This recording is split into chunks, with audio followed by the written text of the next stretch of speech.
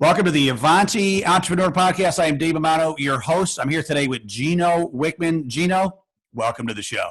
Pleasure to be here. Gino, you've been on my podcast before, and when I do post this, if you want to listen to the first episode that I did with Gino, it will be on all the social media that I promote for this podcast. Why did I have Gino back?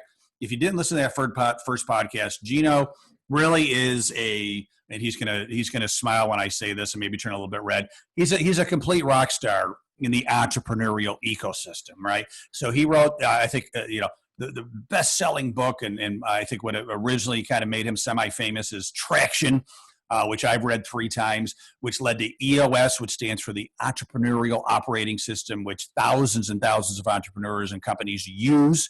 The way I describe it is, if your company is a car and you're going to open up that hood, you want to make sure your engine is just synced up and running well, and that's what EOS does. It's looking at all the different parts of the engine and making sure that they're all working together and aligned so that they get the best results with the car. And that's in my opinion, that's what it does for your business too. And so Gino, I'm going to read his bio quick, and then we're going to dig into how he's going to help us today because we're digging deeper from the first podcast. So Gino Wickman, as an entrepreneur since the age of 21, had an obsession with learning what makes businesses and entrepreneurs thrive.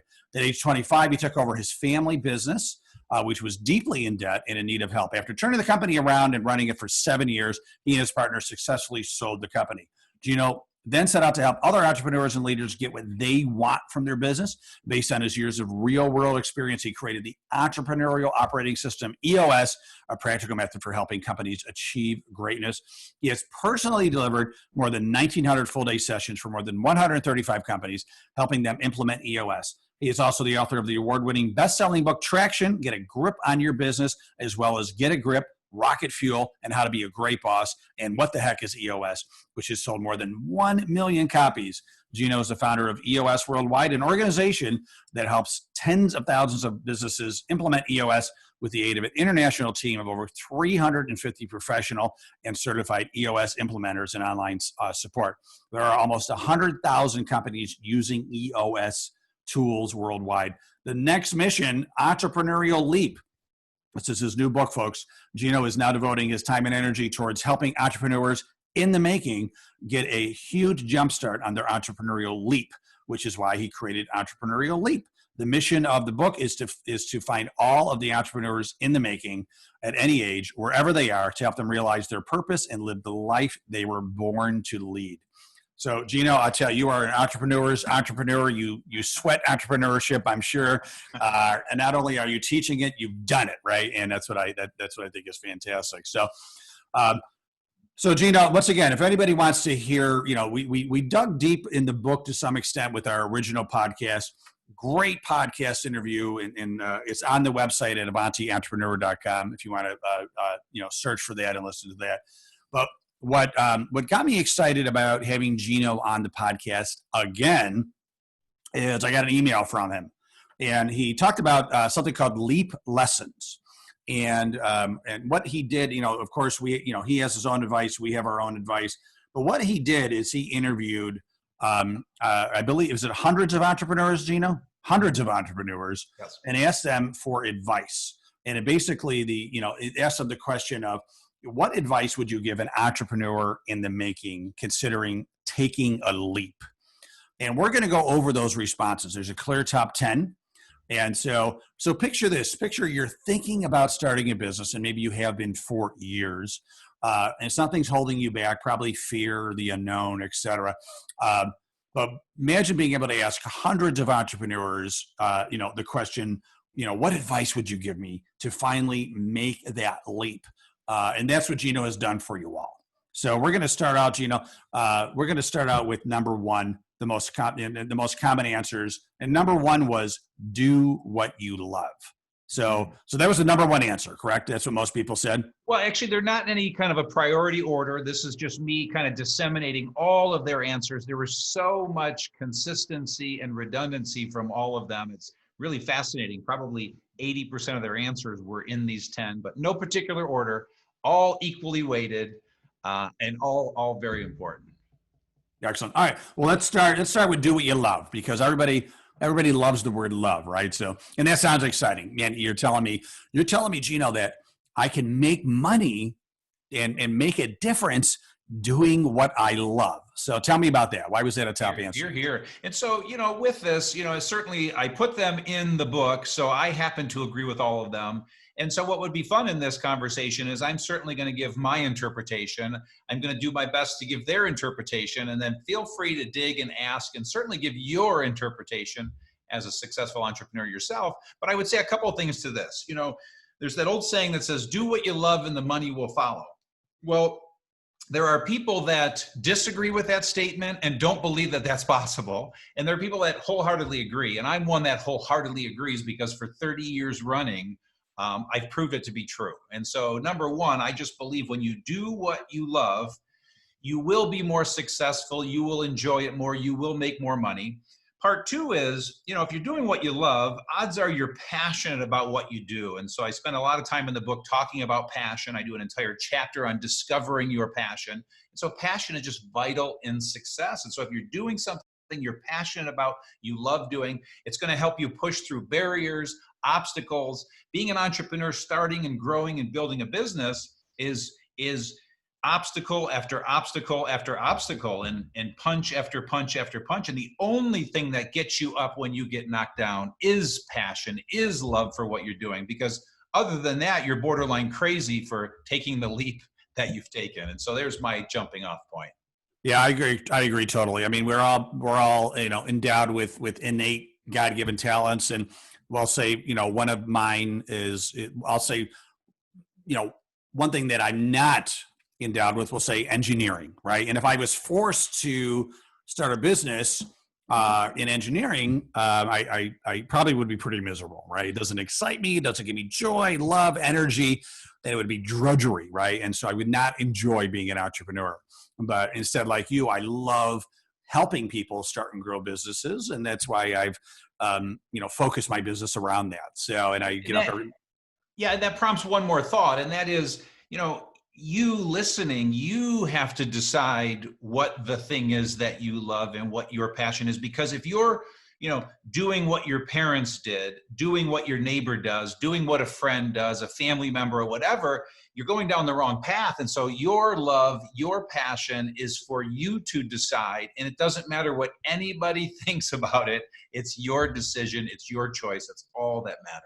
Yeah, that's true. And, especially for maybe some of the younger people listening, there's a lot of influences out there, right? And at the end of the day, you really, it certainly has to relate to revenue. I mean, that's the oil in the machine when it comes to being an entrepreneur, but you do got to follow your heart, right? So I agree. So thank you. Yeah, nothing pains me more than the child that follows in the parent's footstep only to find themselves miserable, and or the parent that forces the child to follow in those footsteps only to find themselves miserable. So please, you gotta carve your own path and figure out your own thing. Excellent. So number 2 on your list here, and I love this one because it says your value, and I love that word value, your value to your customer has to be very clear. And I just want to quickly mention this because a lot of people become, or that, I'm going to be an entrepreneur because I want to be rich. I want to make money, right? And you said it before, do what you love and the money will follow, but you don't do it for the money, right? Like, anybody that listens to my podcast is probably sick of me talking about Viktor Frankl, Man's Search for Meaning. But my favorite quote, folks, create success create value and success will find you, right? Create value and success will find you. A lot of people are, focusing on the success and the money instead of creating the value. So couldn't agree with number 2 more. Tell me more about your thinking with that. Yeah, and so a couple of points here, and just to kind of get the dialogue going. And so again, I want to read it again. So your value to your customer has to be very clear. The couple of points here are, first of all, to be a successful entrepreneur, you've got to sell. You've got to market. You've got to be able to persuade people. And so, more important than just, doing something that you believe is valuable, at the end of the day, you have to make it valuable to your customer. It's on you to communicate. It's on you to sell them, market to them, help them understand the value. And so 1,000 different marketing terms for this: value proposition, We call it 3 uniques at EOS, differentiators. But the point is, you've got to articulate to your potential customer or client the value that you're going to provide. Indirectly, that gets to you being able to charge maximum price, maximum dollar, which drives profit. Number 2 is I urge you to show your potential customer or client the end result. The real secret in this is to create context for your customer or client. You've got to show them what life looks like at the end of you providing them the service you're about to provide them or the product that they're going to buy. And so that would be my 2 points on that one. Yep. 2 great points for sure. Value, value, value. And then like we said, then the success, therefore the profitability will find you. Number 3 on your list here, don't be afraid. Do it early. I wish I had started earlier. So, there's a saying that do it afraid, right? Just do it. Right? So tell me more about that one. Yeah, and again, in addition to me sharing my thoughts, you sharing yours, we're going to kind of interpret what 100 other entrepreneurs said. And on this one was very common. This, like I said, a lot of these, the common thread was said a bunch of different ways. But the way I interpret it for them and for myself certainly is I can think of 10 points on my entrepreneurial journey in the last 30 years that I wish I had done it sooner. Be that raising my fees, be that taking the leap, be that making a tough decision. And so the whole point here is you gotta leap. Now, again, leap, be relatively smart. If you have the 6 essential traits we've talked about as an entrepreneur, you tend to leap early. But if you look at what's classic and most common is people wait until they have enough money, wait until the kids are grown up, wait until you get married, wait until, when in reality, said the best way, and you alluded to it, is you're better off to try and fail at 20 than at 40 because you've got such a jump start on life and you've got a lot less to lose at 20 than you do at 40. So, from the words of 100 entrepreneurs, from myself and probably you, is do it now, do it now, do it now. Yep. And even if you're afraid, do it afraid. I'm reading a book called Resiliency right now, written by a Navy SEAL. I don't know if you heard of this book, but it's truly amazing. And he uses a phrase that really hit home with me. He said, put your shoulder into it, right? Mm-hmm. So any difficult, decision that you have some fear around, lean into it with your shoulder, just go into it, and I love the feeling of that, like dive into it, man, leap into it, make it happen. Right. Love it. So 4th on your list here, and this is something that a lot of us prideful entrepreneurs have a difficult time doing, ask for help. Mm-hmm. Tell me more about that. Yeah, love it. So speaking from experience on this one, I struggled with this in my 20s, certainly, got better at it in my 30s. I did have 2 great mentors in my 20s that I listened to, but I actually thought it was a sign of weakness to ask for help. I was afraid to ask for help. I was embarrassed to ask for help because I thought I was the only one that needed help. Well, obviously, as I said, in my 30s, I started to learn that that's just not the case. And so we can't do it without other people. That's the reality. And assuming we have a young person listening right now, if you're sitting there and you're 16, 17, 18 years old, if you could learn this one now, you'll be a quantum leap ahead of where most people are in their 30s and 40s and 50s that really struggle with this. So bottom line is you can't do it without people. You can't do it without the help of people. We stand on the shoulders of giants. And then the last point I would make is mentors. Mentoring is here to stay. You will be further ahead with mentors as early as possible in life. Look for people who are where you want to be and ask them for their help. Mentors love to help. Yeah, I couldn't agree more. And people like being mentors, especially young entrepreneurs, like you and me who have been doing it for a while. We'd love to help people. And, and even if, you create kind of just a board of advisors, right? And you don't always have to formally meet. Maybe it's your secret mastermind alliance that you just have this alliance in your brain that your brain trusts that you can call and reach out to people, right? Very, very important. I've gotten some incredible advice. In fact, when I was a young entrepreneur, I was 25. So I'm in Rochester, and one of our local success stories is Tom Golisano, who started Paychecks. Mm-hmm. And at night, when I first started my company, I was working at an Italian restaurant. I ended up serving Tom Golisano's executive assistant. So I just, I'm very sociable. And I said, oh, do you think Tom would meet with me so I could pick his brain? Now, this guy is building Paychex in the mid 90s, which is, I think it was approaching $2 billion in revenue at that time. And he's the founder, right? And he's still running it. And she looked at me and she smiled. She goes, probably not, but I'll ask him. So I gave her my new little business card. Calls me about a week later and she said, you know what, David, believe it or not, he'll meet with you. Meet him at this restaurant this day. And I brought my notepad. And he spent about 2 hours with me. And I took tons of notes. And he gave me an idea that really pivoted the direction of my business. And we're friends today, But I just thought, Tom Golisano, who is from scratch in the middle of building a multi-billion-dollar company, took time out of his day to help this little punk kid, right? And I'll never forget that. Yeah, and I would add one more thing. Listening to you talk, it prompted a thought. And it's such a funny thought in that the mere act of asking and hearing yourself ask out loud and hearing yourself share the problem or ask the question, listening to yourself talk and process sometimes is 90% of the solution. In other words, sometimes when you just hear yourself talk it out, it's the essence of why therapy works. People are just listening to themselves talk. And so there's this ancillary benefit and reason I also think it works is just, you got to talk it out, and just talking it out with someone. A lot of times you have your own answer. You just need to talk it out. I agree totally. And I hope you don't mind. I'll promote another book on here. A new friend of mine, Mark Victor Hansen, who is the co-author of Chicken Soup for the Soul, right, with Jack Canfield. He just wrote a new book called Ask, right? And it's all about what you were talking about. That successful people will ask and ask, and they'll ask 21 times if they have to. The same question, right? So very, very important, right? So that's a great one. Ask for help. Number 5. As Nike says, just do it, right?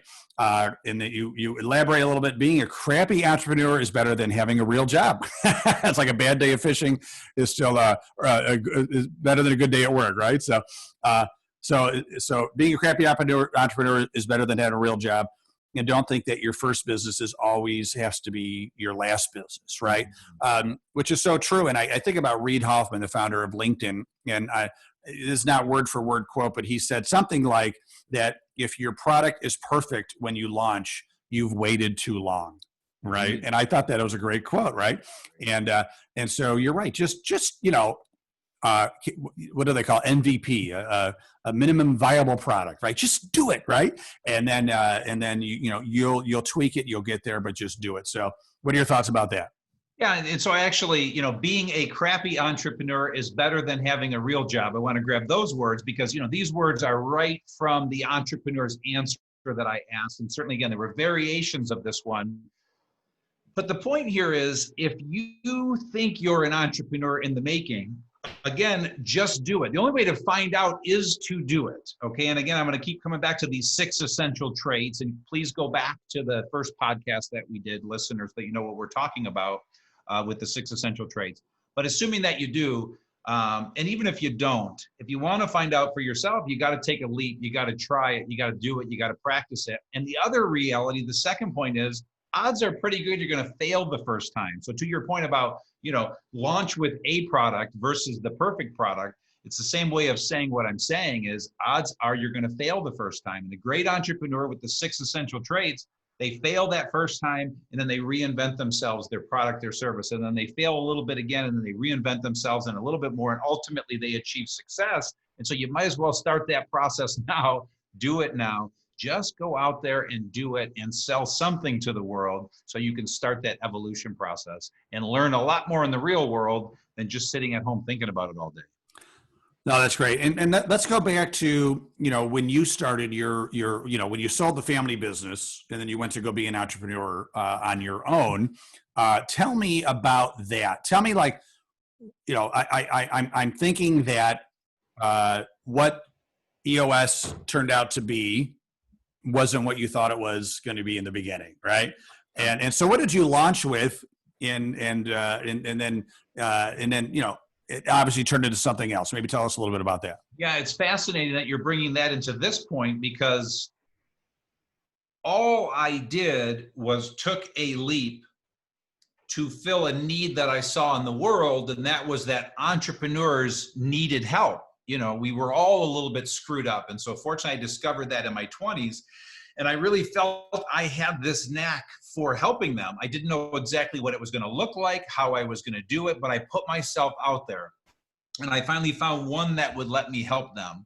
And I was able to listen to their problems and help them a little bit.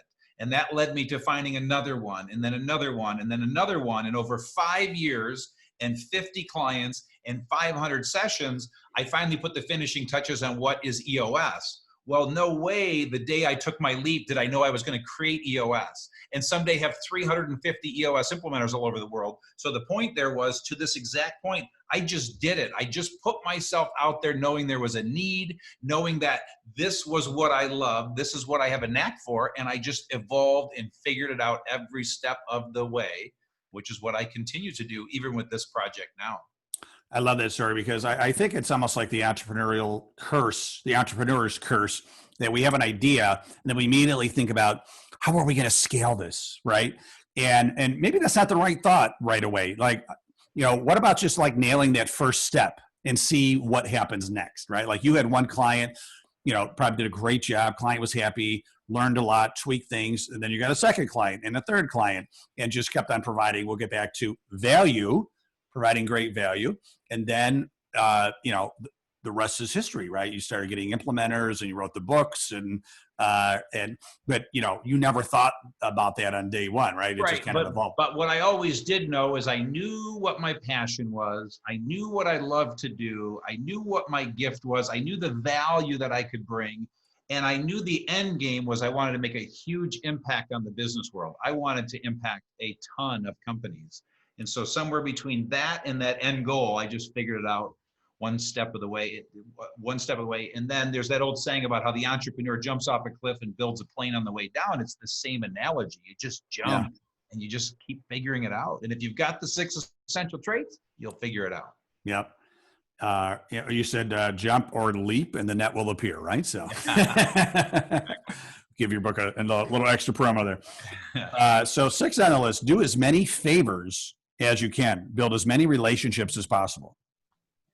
Yeah, so this one, my dad has a quote, and this was the philosophy of the family business, and that is you get by giving. And so it's just a universal truth that you get by giving. The more you help people, the more you get in return. And so this is about doing as many favors, helping as many people as you can, build those relationships, because it's like the boomerang. You throw that boomerang out there. It's like karma. It's the universal law that says it all comes back. When we talked about earlier about ask, at this point in my life, I have 300 people in my phone that I can call for just about anything. And it's the relationships I've built over 30 years. And that saves me probably 90% of the time it would have taken me to go figure it out myself. And so if you start now building those relationships, odds are you're going to be considerably more successful because people want to help the people that have helped them. And then the last point is there's something called the law of reciprocity. And so the more people you help, the more they want to help you. And so it's this unsaid rule. It's this energy. And again, I use the word karma, whatever you want to call that. But when I've helped you, for some reason, you feel this desire and need to help me. And if you look at that process over and over and over again, it's a pretty incredible world to live in. Yep. I love it. So number 7, follow your instincts. Yeah, so this one, said another way, and again, I wrote this the way that I saw it the most, but I would word it as trust your gut. And this I've learned to be true, and this is still hard for me to do at 52 years old. And so the idea is to get out of your head and get into your gut. And it's really, really hard to do. And so I would suggest I'm able to do it about 50% of the time, but it's when you've made a decision and your gut's just screaming at you for hours or days or weeks, and then you come to realize it was a stupid decision. That's your gut trying to tell you. And so again, in the way that it was written, follow your instincts, same type of thing. Just trust your instincts, follow your instincts, trust your gut. At the end of the day, make decisions based on your core values, based on your passion, based on your genetic encoding, and you'll make much better decisions and get there faster. Yeah, it's fantastic. This is gold. This is gold, Gino. I mean, imagine if you and I had this advice, we were in our 20s, right? Well, and on that point, I shared this with you in the first podcast.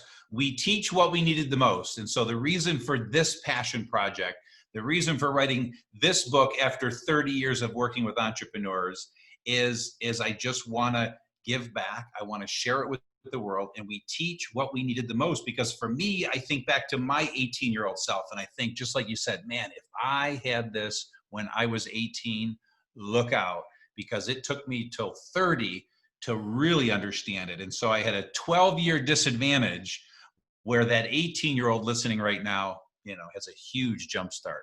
Yep. That's and a little side note. Obviously you sold your EOS business there. We were talking before we started recording that you've done well, right? Many say that you could proverbially spike the ball, and you could be on a beach having a pina colada, but instead you have decided to pick up the ball again and start up a new passion project, right? And with this leap, you're helping any stage entrepreneur or any stage person who's thinking about being an entrepreneur. But in talking to you, you have a special focus also on helping high school students and maybe college students, right? Where is that coming from? Well, it's, again, it goes back to teaching my 18-year-old self, and when you talk about all the accomplishments, the way I look at it is, that's the last 25 years or 30 years. I've got 50 more good years left. So I've got a lot more to do. Only 50? Come only 50. A lot more to do. So I'm 30% into the journey. Yeah. So I'm sorry, ask your question again, because that took me off on a tangent. No, I'm just saying what do you think gives you the special affection for helping young people with the education of starting a business? And again, it's I think about my 18-year-old self. So it's what I said there. We teach what we needed the most, because the reality of it is, it's not that I'm necessarily focused on young people. And so it was 10 years ago when I said, this is what I'm going to do when I turn 50, is I'm going to put my energy in this new direction. And 10 years ago when I thought of it, I really did think this was going to be a program, a book, content for a 16 to 21-year-old. But what I've learned in the last 2 years, it's for any age, 13 to 73 and everything in between. So there is no age to take your entrepreneurial leap. You can do it at any age. With that said, I'm certainly passionate about, I get very excited about a young person getting this content early. And again, there's that 18-year-old self of mine that I think about constantly, which helps me teach this better. But at the end of the day, it's any age. Excellent. That's great.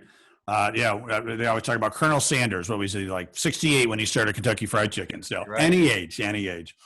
So number 8, surround yourself with truth tellers. So you're saying surround yourself with no men and women instead of yes men? That's pretty much it. So this one, let's interpret, the 100 entrepreneurs, for lack of a better term. And what I've seen in so many session rooms in the early stage with my clients is these entrepreneurs surrounding themselves with yes people, hiring people because they had to throw a body at the problem, and hiring a family member or a friend because that was the closest body to throw into their organization as they started the business. And then they find themselves 3, 4, 5, 10 years later with this person that really isn't the right person. They're not in the right seat. They're just going with the flow. They're hanging on for dear life and just, telling that entrepreneur everything they want to hear. And so let's start with that bleak scenario first, so that your listener knows the pain that's on the other side of getting this wrong. And so the idea is, surround yourself with truth tellers. Surround yourselves with people that are going to tell you the hard truth. People that are going to tell you the thing that's hard to hear, tell you the thing that you probably don't want to hear. That's what's going to make for you becoming successful faster. While you may be in denial for the first hour or day or week, you'll come around to it. But you want to surround yourself with people that tell the truth, not tell you what you want to hear. Yeah. And that goes back to surrounding yourself with people that are smarter than you too, right? In their respective fields, right? There's a saying, if you're the smartest person in the room, you are in the wrong room. So very, very good advice. Thank you for that. Moving on to number 9, persevere. be willing to go in 100%, work your tail off, I'll say, and meet whatever challenges arise and learn from them. Here, here. So that one's a mouthful, and obviously I'm quoting a couple. I think I crammed about 8 people's comments into one there as best I could. But this can be summarized in one term, and that is hard work. You know, and so I keep alluding to the 6 essential traits, and essential trait number 4 is driven. And so one of the essential traits of a true entrepreneur is that they're driven people. They have this sense of urgency. They have this competitive nature. They love to work hard. They have this fire that burns inside of them. And that's what this is speaking to, is there aren't too many entrepreneurial success stories that didn't involve hard work as the common denominator for how they got there. I've yet to see an easy business. And every once in a while, you'll hear the entrepreneur telling the story of how easy it was. Listen, that's 1 in 10 million, okay? So it's very, very rare. And so the point here is you've got to bust your ass. You've got to work your butt off. You got to work hard, and you got to love to work hard, because this is also a little bit of a cautionary tale.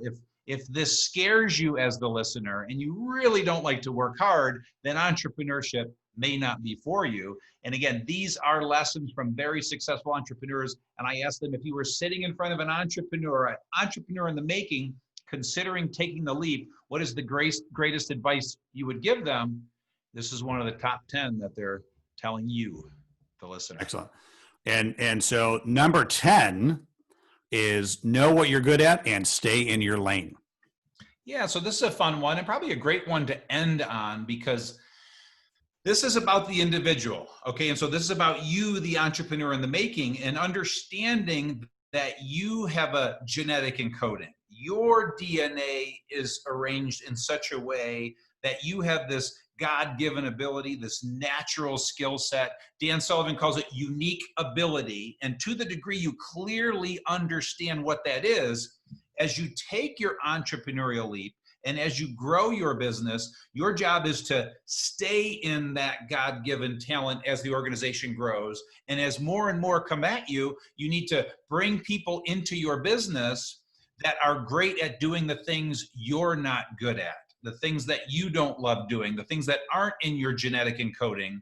And if you will do that, we call that delegate and elevate. Delegate and elevate. As the organization grows, the more that comes at you, the more that you bring people on, continue to manage that capacity, you'll find yourself in your sweet spot at the end of this run, whatever that is, $2 million business, $10 million business, 100, whatever you want to build, you'll find yourself at the helm of that organization in your sweet spot. Again, let's go to the opposite, as opposed to what happens to most entrepreneurs who try and do it all. And everything that comes at them, they're trying to do it all. 80% of what they're doing is not in their sweet spot. It's stuff they don't enjoy doing. And they find themselves 1, 2, 3 years into their entrepreneurial leap, miserable, buried, burning the candle at both ends. So all that said, stay in your sweet spot and know what you're good at and stay in your lane.